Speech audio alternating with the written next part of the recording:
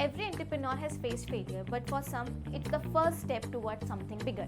This is a story of a failed restaurant owner who turned defeat into India's fastest growing FMCG brand.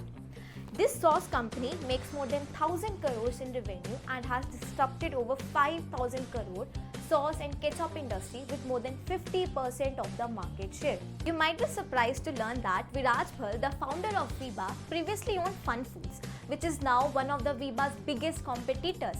In fact, Fun Food was founded by his father Rajiv Bhal and operated successfully for 25 years before being sold to a German company, Dr. Oetker, in 2008. With food business expertise already in his blood, it took Viraj 5 years and a failed restaurant venture to discover his true calling, bringing high quality sauces to Indian consumers.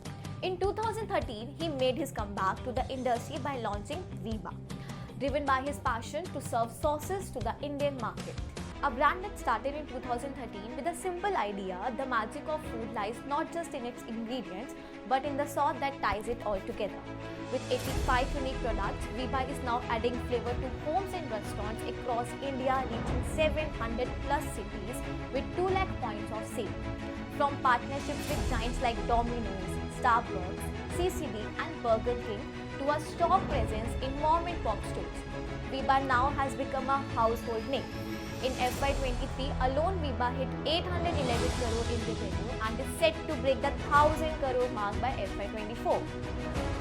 He failed his restaurant business, sold his house to fund the new startup, started small and built a revenue-generating sauce brand today. Viraj Bhal's story serves as an inspiration to many struggling loss-making companies. However, inadequate funding can often stand in the way of business revival. That's where India IPO comes in. We offer various solutions to help you raise the funds you need.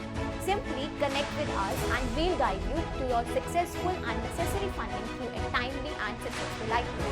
For more updates or more stories like this, follow India IPO today.